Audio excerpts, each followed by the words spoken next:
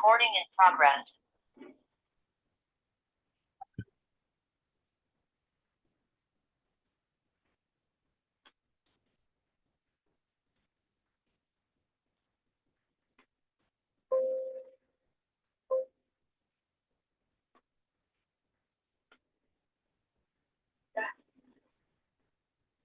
Assalamualaikum warahmatullahi wabarakatuh. Di sini kita berdua akan menjelaskan tentang peristiwa-peristiwa penting dalam sejarah sastra Indonesia. Pertama-tama, perkenalkan, nama saya Muhammad Hanif Al-Fikri dengan nomor NPM 2250329 dan rekan saya. Perkenalkan, nama saya Rini Juliani dengan NPM 2250300028.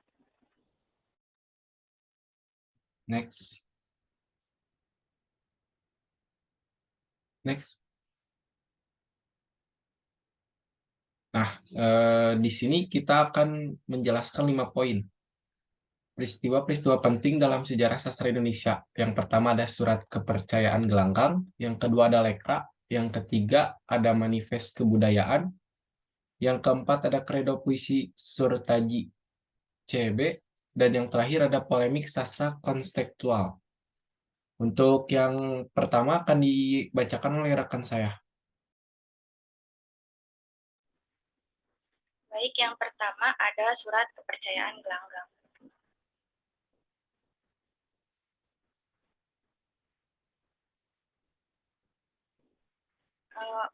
Perkumpulan ini disebut Gelanggang Seniman Merdeka yang diperkasai oleh 3 serangkai tokoh angkatan 45, yaitu Khairul Anwar, Asrul Sani, Ripain Apin.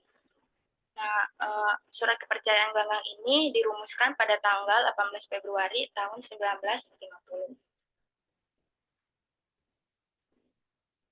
Latar belakang terbentuknya surat kepercayaan gelanggang ini adalah untuk lepas dari ikatan-ikatan atau pengaruh-pengaruh dari angkatan sebelumnya dan juga pihak penguasa yang mereka anggap munafik dan memasung kreativitas seni. Mereka menentang Chauvinisme dan menganut paham bahwa seni itu bersifat universal dan tidak terkotak-kotak. Kemudian yang kedua ada Lekra. Nah, Lekra ini adalah lembaga kebudayaan rakyat yang berdiri pada tahun 1961 dan Lekra menyatakan sebagai organisasi kebudayaan yang memperjuangkan slogan politik adalah Panglima. Lekra ini didirikan atas inisiatif DN Aidit, Nyoto, MS, Asar, dan AS Darta pada tanggal 17 Agustus tahun 1950. Bakri Siregar pernah menulis bahwa seniman yang tergabung dalam Lekra tegas-tegas berpihak pada rakyat yang menganut seni untuk rakyat serta menolak aliran seni untuk seni. Dalam pandangan Lekra, penganut aliran realisme sosialis, kebudayaan bukan saja tak dapat dipisahkan dari politik, melainkan kebudayaan merupakan bagian dari politik. Prinsip sosial yang menjadi pandangan para pengarang Lekra dijelaskan oleh Sabara Antaguna dalam puisinya yang berjudul Potret Seorang Komunis. Lekra bekerja khususnya di bidang kebudayaan, kesenian, dan ilmu pengetahuan, serta bertujuan menghimpun tenaga dan kegiatan para penulis, seniman, dan pelaku kebudayaan lainnya, serta berkeyakinan bahwa kebudayaan dan seni tidak bisa dipisahkan dari rakyat. Yang ketiga ada manifest kebudayaan.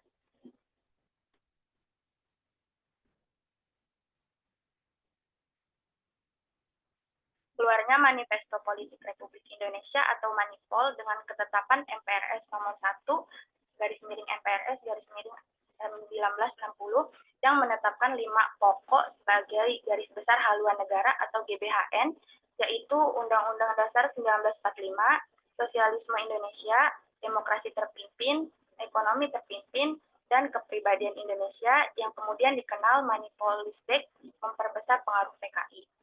Hal itu tentunya menguntungkan organisasi yang bernaung di bawahnya seperti Lekra. Nah, situasi tersebut membuat Lekra bersikap agresif terhadap lawan-lawan politiknya. Di sini ada tindakan yang dilakukan Lekra, yaitu yang pertama, pengarang yang mempunyai paham beda dengan mereka dihantam dan dimusnahkan. Yang kedua, Lekra juga melancarkan kampanye menghabisi penerbit-penerbit independen yang dianggap berseberangan. Dan di sini ada juga penulis atau sastrawan yang diserang oleh Lekra. Yang pertama ada Mokhtar Lubis, yang kedua ada Buya Hamka, pengarang novel Tenggelamnya Kapal Panjabi. Yang ketiga ada Hans Begue Jasin, yang terakhir ada Khairil Anwar yang karyanya dianggap bukan sajak 45 menurut isinya. Di sini ada upaya Lekra mencegah terbentuknya manifest kebudayaan. Yang pertama, kelompok Lekra meningkat manifest kebudayaan menjadi Manikebu yang asosiasinya kurang baik. Namun, usaha Lekra gagal karena Konferensi Karyawan Pengarang se-Indonesia atau KKPI tetap berlangsung atas dukungan pihak Angkatan Darat. Yang kedua, ada upaya terakhir yang dilakukan Lekra adalah mempengaruhi Soekarno untuk menghadapi manifest kebudayaan yang semakin meluas dukungannya. Akhirnya, Soekarno menghendaki perubahan manifest kebudayaan. Selanjutnya akan dijelaskan oleh rekan saya. Nah, di sini saya akan menjelaskan tentang Kredo Puisi Surtaji, CB. Next. Next.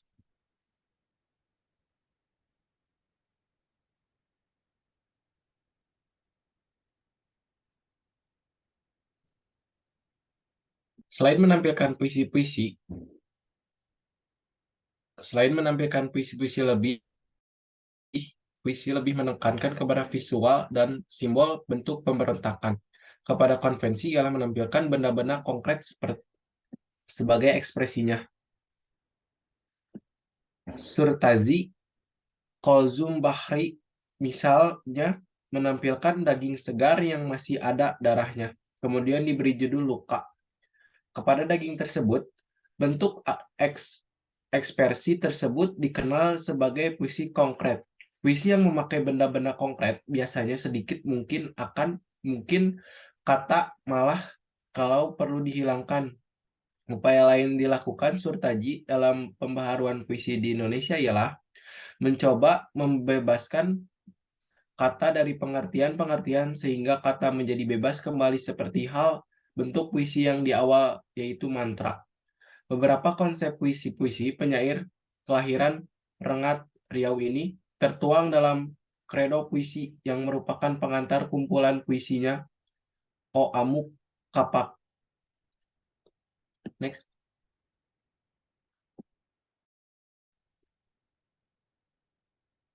Next.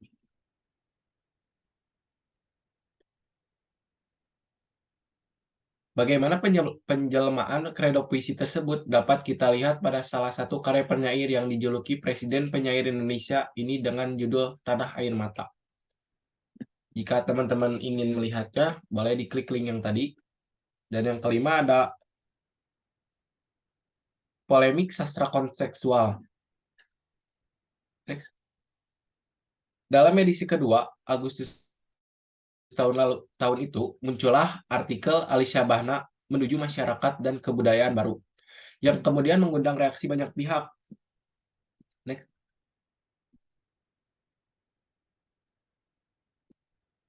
Nah, dalam ini tuh ada 3 polemik sastra dibagi 3 tahap, yaitu ada polemik itu terjadi dalam 3 tahap. Pertama, terjadi dalam Punjagam Baru, Bintang Timur, dan Suara Umum, Agustus sampai September 1935. Yang kedua terjadi dalam Punjagam Baru, Suara Umum, Pewarta Delhi, dan Wasita pada Oktober 1935 sampai April 1936. Dan yang ketiga terjadi dalam Punjagam Baru dan Pewarta Delhi pada Juni 1939. Next. Sekian dari kelompok kami. Maaf bila ada kurang kata. Selebihnya, wassalamualaikum warahmatullahi wabarakatuh.